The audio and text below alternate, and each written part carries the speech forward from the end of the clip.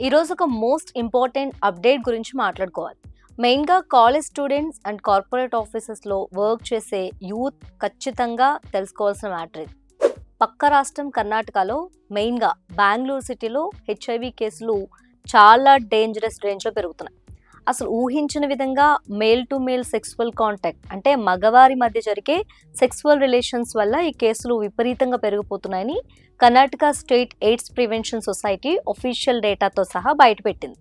అసలు ఇంత సడన్గా కేసులు పెరగడానికి రీజన్ ఏంటి, ఇందులో డేటింగ్ యాప్స్ రోల్ ఎంతుంది అనే కంప్లీట్ డీటెయిల్స్ ఈ వీడియోలో చూద్దాం. కర్ణాటకలో కేవలం 2 years బ్యాక్ అంటే 2023-24 మధ్యలో యాక్టివ్ హెచ్ఐవి కేసులు 44,581 ఉంటే అది 2024-25 మధ్యలో ఏకంగా 62,664కి పెరిగిందంట. ఇక 2025-26 వచ్చేసరికి ఆ నెంబర్ 66,606కి చేరింది.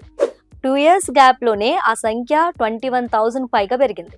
ఇందులో ఇంకా టెన్షన్ పెట్టే విషయం ఏంటంటే ఎఫెక్ట్ అవుతున్న వాళ్ళంతా 18 to 35 years లో యంగ్స్టార్సే. 18 to 25 years college going age గ్రూప్లో ఒకప్పుడు 3,700 పైగా కేసులుంటే ఇవి కాస్త ఏకంగా 6,000 పైకి చేరిపోయాయి. ఇక 26 నుంచి 35 years లోపు కార్పొరేట్ ఎంప్లాయీస్ ఏజ్ గ్రూప్లో అయితే కేసులు 9,000 నుంచి ఏకంగా 14,555కి జంప్ అయ్యాయి. సో ఈ ఇయర్ ఆల్రెడీ 417 కేసులు నమోదయ్యాయంటే సిచ్యువేషన్ ఎంత సీరియస్గా ఉందో అర్థం చేసుకోండి. అసలు ఇంతలా కేసులు పెరగడానికి మెయిన్ రీజన్ ఏంటని health experts and officials research చేస్తే కొన్ని క్రేజీ విషయాలు బయటపడ్డాయి. ఫస్ట్ రీజన్ వచ్చేసి డేటింగ్ యాప్స్ వాడకం విపరీతంగా పెరగటం. ప్రెజెంట్ ఉన్న social networking and dating apps వల్ల పార్ట్నర్స్ని ఫైండ్ చేయటం చాలా ఈజీ అయిపోయింది. దీనివల్ల నెంబర్ ఆఫ్ సెక్సువల్ కాంటాక్ట్స్ పెరిగిపోతున్నాయి. And second reason safe sex practices పాటించకపోవటం, అంటే సేఫ్టీలు వాడకపోవటం అండ్ వాటి వల్ల ఎదురయ్యే రిస్క్ గురించి సరైన అవేర్నెస్ లేకపోవటం.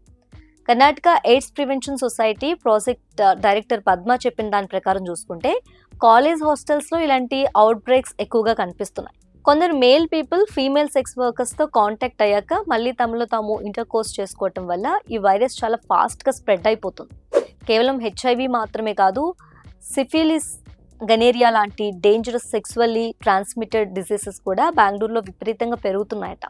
ఇందులో కొన్ని బ్యాక్టీరియల్ ఇన్ఫెక్షన్స్, యాంటీబయాటిక్స్ కూడా లొంగట్లేదని డాక్టర్స్ వార్న్ చేస్తున్నారు. సిచ్యువేషన్ చేయి దాటక ముందే కర్ణాటక గవర్నమెంట్ అలర్ట్ అయింది.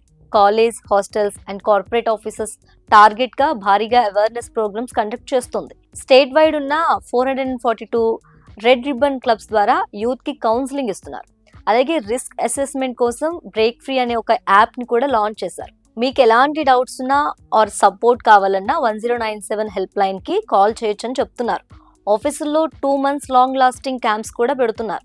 ప్రైవసీ, పర్సనల్ లైఫ్ అనేది ఎవరి చాయిస్ వాళ్ళదే అయినా హెల్త్ విషయంలో అవేర్నెస్ అండ్ సేఫ్టీ అనేది చాలా ఇంపార్టెంట్. ఈ ఇన్ఫర్మేషన్ పై మీ ఒపీనియన్ ఏంటో కింద కామెంట్ చేయండి.